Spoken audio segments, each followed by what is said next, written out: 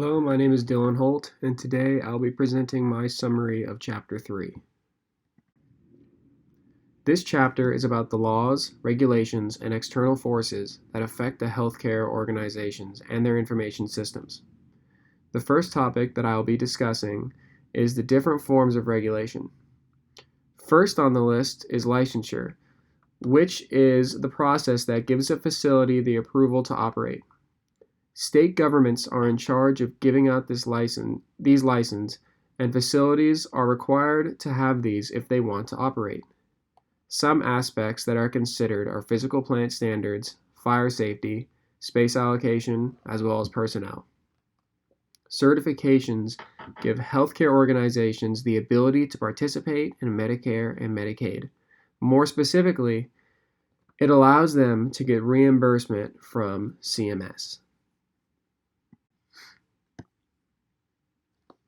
The next type of regulations that I will talk about deserves its own page because it is a bit more in depth and more agencies are associated with it. Accreditation is an external review process that an organization will undergo. This review process has certain standards that an organization is held to, and these are regulated by different accrediting agencies.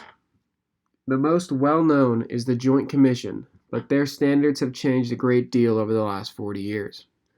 The Joint Commission's main mission is to continuously improve healthcare for the public. Other accreditation agencies include the National Committee for Quality Assurance, the Commission of an Accreditation of Rehabilitation Facilities, and the Accreditation Association of Ambulatory Health Care.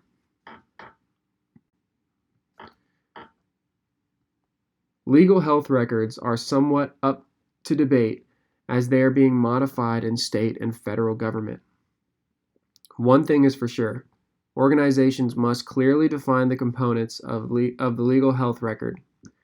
Organizations can complete a health record matrix which outlines types and name of components, primary source, system start date, location of legal purposes, and whether or not it is part of the legal health record. What a legal health record will include is clinical records, identifiable source clinical data, and more. Retention is important to consider as well, as there are certain guidelines regarding it. The general rule is that the legal document must be retained for 10 years. After the 10 years, there are regulations in place in certain states for destruction as well. There can be no possible reconstruction of the record after this period. And it is important to note as well that these retention and destruction regulations will vary state by state. Lastly, we have certain concepts of HIPAA, which include privacy and confidentiality. Privacy is the individual's right to be left alone, and this will include the right to limit access of health information. Confidentiality is the expectation that information will only be used for its intended purposes. This plays into the topic of HIPAA because these have obviously changed over time. During the phase of a pre-HIPAA America, there were no federal regulations to protect private health information. This changed when HIPAA was passed, and it includes the privacy rule. The entities covered in this are health plans, healthcare clearinghouses, and healthcare providers.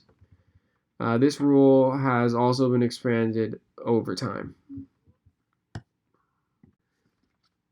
So this concludes my summary of Chapter 3, and thank you all for listening.